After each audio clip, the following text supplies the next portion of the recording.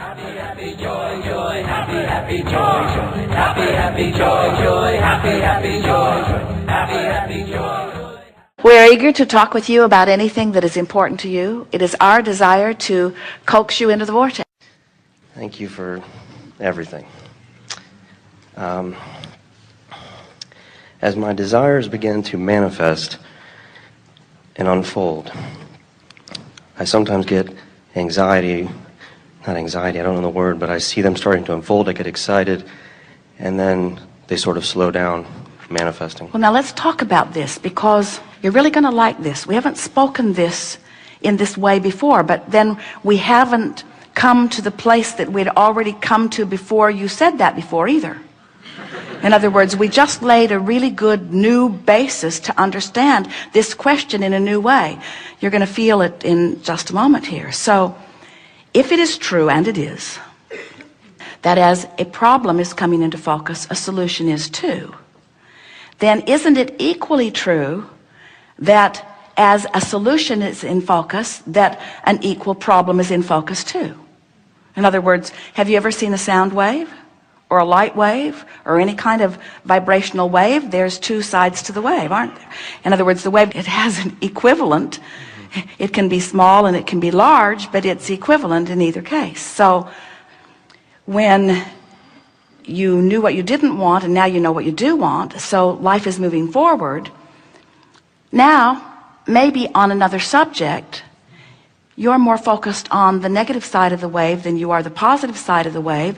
So maybe you've tuned yourself negatively. Let's back up. Here'll be an easier way to hear it. You can't set your radio dial on 6:30 a.m. and hear what's being broadcast on 98.7 FM. Frequencies have to match up. The transmitter and the receiver have to be in sync. So let's say that you have several subjects that you are focused upon, and on one particular subject that you've wanted a lot about, you now have managed for a little bit of time to focus more inside the vortex, and so now things are moving along for you in a better way. But because you're not really yet completely at one with maintaining your inside the vortex vibration, occasionally you slip off into another vibration, and when you do, you now have access to the other side, the not good feeling side of that wave. Doesn't that make sense to you? A lot of times people say, I'm afraid to let myself want something because I will be so disappointed if it doesn't come. Well, what that is that's an awareness that I want that and I don't want the opposite of it. But the fact that I really, really, really want it means I really, really, really don't want the opposite of it. And frankly, I was happier when I sort of wanted it and sort of didn't want the opposite of it. When I sort of wanted it, then I could be sloppy in my thinking and it wasn't painful. But now I really want it. When I'm sloppy with my thinking, it's painful. And that's what makes people say, I'm waiting for the other shoe to drop. As if it has to go bad. I just know it's going to go bad. It always goes bad for me. And we say, it depends on where you're focused. The potential for wondrous or awful things is yours in every moment. And it all depends on where you've trained yourself. So now, think of different people you know, or different segments of society that you know, and think about what their waves are like. In other words, there are some people that don't let themselves dream big ever, because they don't want the other side of it. And there are people who dream so big, who are sloppy in their thinking, that live really awful things. Isn't it remarkable how many really, really famous people at what seems to be the top of their game crash and burn so badly? And doesn't it make sense to you now that you understand the wave? So then you say, okay, I sort of get this. And I've decided not to be a deliberate creator after all. I'm going to play it safer. I'm just going to want a little. And we say, we should have told you sooner, but you now know too much. You can't go back. Life is parlaying you into fantastic things, you see. So what we're really talking about here is you got to focus.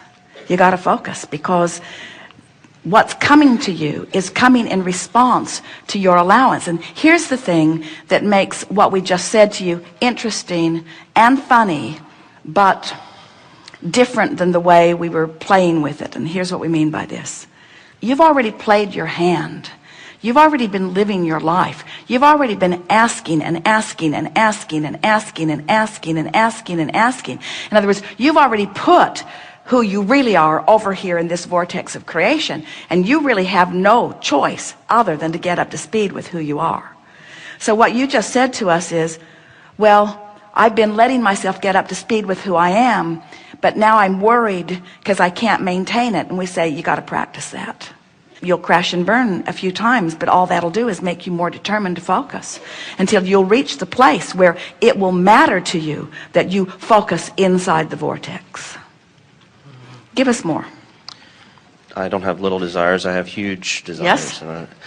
So I see them starting to happen. And Yes. then I have friends and family start calling me and has that, oh, how we're so excited and can you give us an update? And I try to just stay away because I can feel their anxiety. Here's for my here's the thing, success. this will help you a lot. If anybody's having an anxiety, it's because they're looking for the manifestational evidence. And this is a really good idea for you to hold relative to where you're at. This is the precise piece that will soothe this for you. This vortex of creation, it's the vibrational foundation for all of the good that manifests. And when you have full view of it, that's when you feel utter faith, because that faith is knowledge in something not yet seen. And the reason you can't see it is because it's pre-manifested. But there is so much that is wonderful that is pre-manifested that you can feel. Did you get that? Now, for somebody outside the vortex, what they heard us just say was, you have to trust us, and we've just got a different version of the fairy tale for you.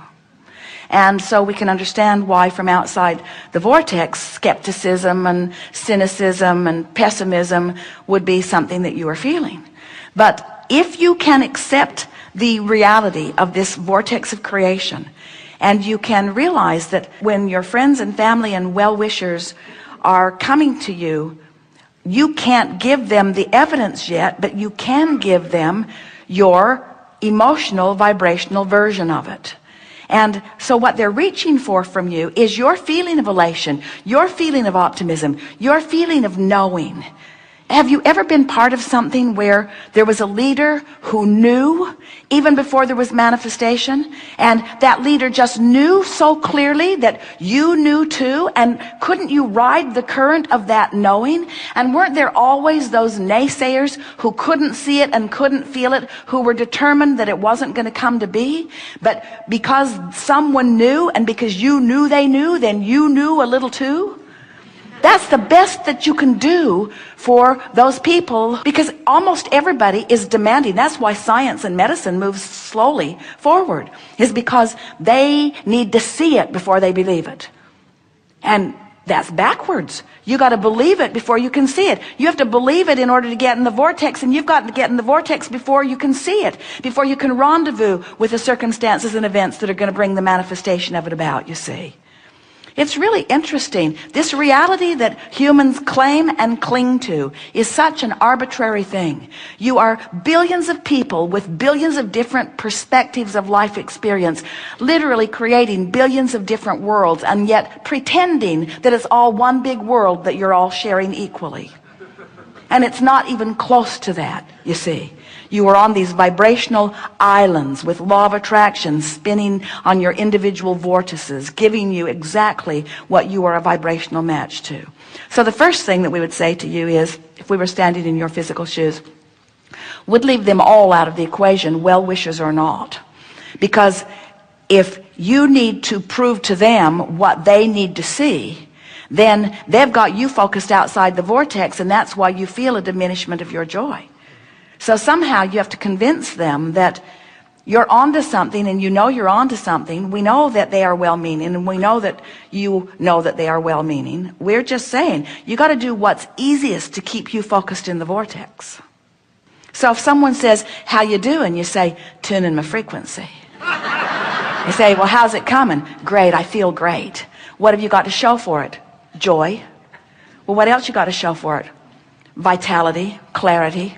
What else you got to show for it? All that you're doing, what do you have to show for the work that you've been doing? Enthusiasm, life, passion. That all? And what they're really saying to you, don't you think paying this price of joy is too great?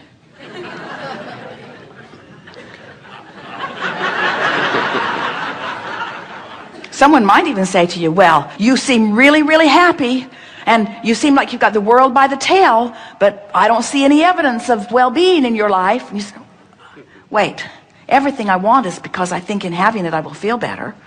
And now I found a way to feel better even before it comes. They say, yeah, that's what I'm saying. It hasn't come. What a lot of people on this path say is, all the things I thought I needed to manifest in order to be joyful, I felt joy before they manifested, but then they manifested. In other words, they can't not come. Okay.